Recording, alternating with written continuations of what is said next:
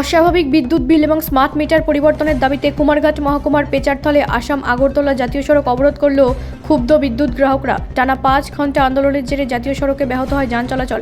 কর্তৃপক্ষের আশ্বাসে গড়ে ওঠে অবরোধ। বিদ্যুৎ বিল নিয়ে ক্ষোভ যেন কিছুতেই থামছে না ত্রিপুরায়।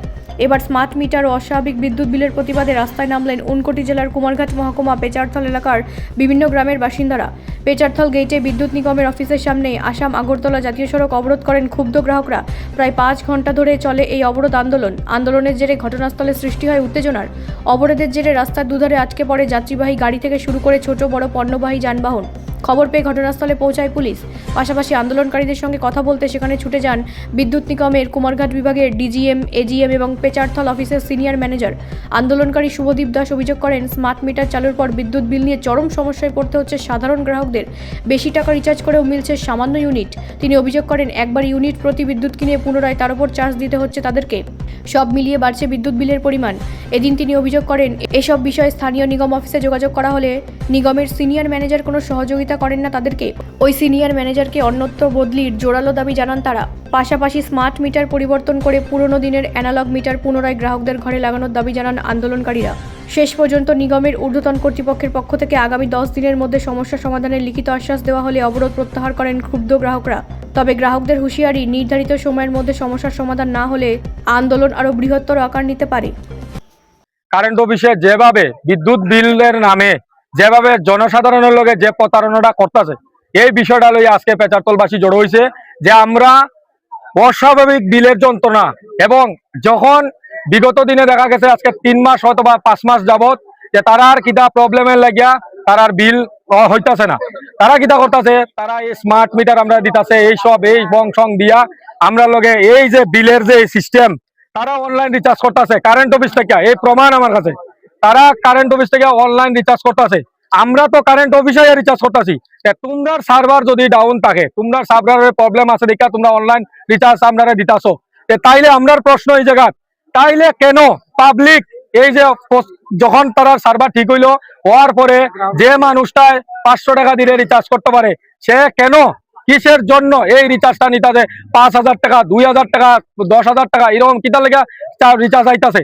এবং আমি ব্যক্তিগত 2700 টাকা রিচার্জ করে আমি 4 ইউনিট পাইছি আমার বাড়িতে। আমি আধা ঘন্টা ফ্যান চালাইতে পারছি না। এটা কিতা লাগিয়া যখন আমরা পেচারতলের সিনিয়র ম্যানেজারের লগে আমরা কথা কইতে যাই যে স্যার এরকম কেন প্রবলেম হইতাছে, তাই নিয়ে কোনো সমস্যার সমাধান দিতেছে না। এবং আমরা দাবি আজকে এটাই, আমরা স্মার্ট হইতে চাই না। আমরা আগের মতো আমরা অশিক্ষিত গাওয়া মানুষ, আমরা সেই অশিক্ষিত রাখতে চাই। আমরা এত স্মার্ট হওয়ার দরকার নাই, স্মার্ট হইমু আমরা, কিন্তু স্মার্ট ত্রিপুরা আমরা গড়মু, কিন্তু এই কারেন্টের দিকে আমরা স্মার্ট হইতে লাগতো না। এই মিটারটা আমরা চাই।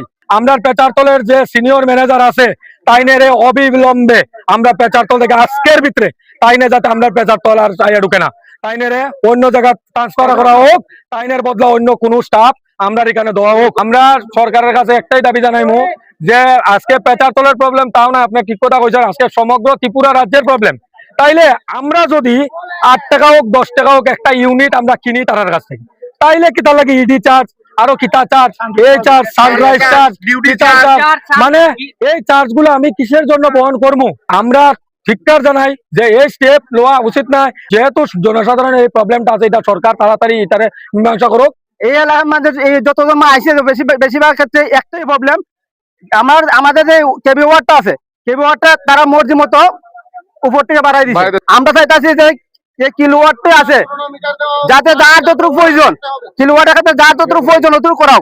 যার 0.7 হলে 7, 1 কিলো হলে 1 কিলো। কিন্তু কেউ তো আগে জানতাম কিন্তু আমরা গভর্নমেন্টের দরখাস্ত দিলে কিলোওয়াটটা বাড়ানো যায়, কিন্তু দরখাস্ত ছাড়া কিভাবে এটা বাড়লো? কেউ কমে না গেলিয়া। এটা তো আমি মনে করতেছি সাধারণ মানুষের প্যাকেট কাটা হইতেছে। এটা সাধারণত আমরা 5 কেজি চাল দিলাম আর এদিকে তেমনি খাইতে নিলাম। এটার বিরুদ্ধে আমরা এটা যতটুকু প্রয়োজন ততটুকু করাও। মাছ মারাতে কোনো মানে কাজ করার লাগিয়া কোনো একটা গাড়ি নাই ইলেকট্রিক অফিসে, সবাই যাত্রী গাড়ি ভাড়া দিয়া অফিস থেকে নিতে লাগে। আমার বাড়ি একটা লাইনে প্রবলেম হয়েছে, আমি টুকটুক ভাড়া দিলে অফিস স্টাফ যায়, নাহলে তারা কেমনে যাইতো, কত দিকে দেবো? তারা 200 লাভ নেই। আমি স্টাফ আছে 2 জন আর 3 জন, এই জিনিসটা সমাধান করতে লাগবো। এটা তো শুধু এখন 12টা বাজে হইতাছে, জুমলা হইতাছে। আমরা তো স্মার্ট মিটার চাই না, আমরা স্মার্ট সিটি চাই, ঠিক আছে, কিন্তু স্মার্ট মিটার ইলেকট্রিক মিটার আমরা স্মার্ট মিটার আমরা চাই না, আমরা এই পুরানো কালো মিটার আমরা চাই। কুমারঘাট থেকে রুকন পালের রিপোর্ট, রাষ্ট্রীয় প্রসার বাংলা।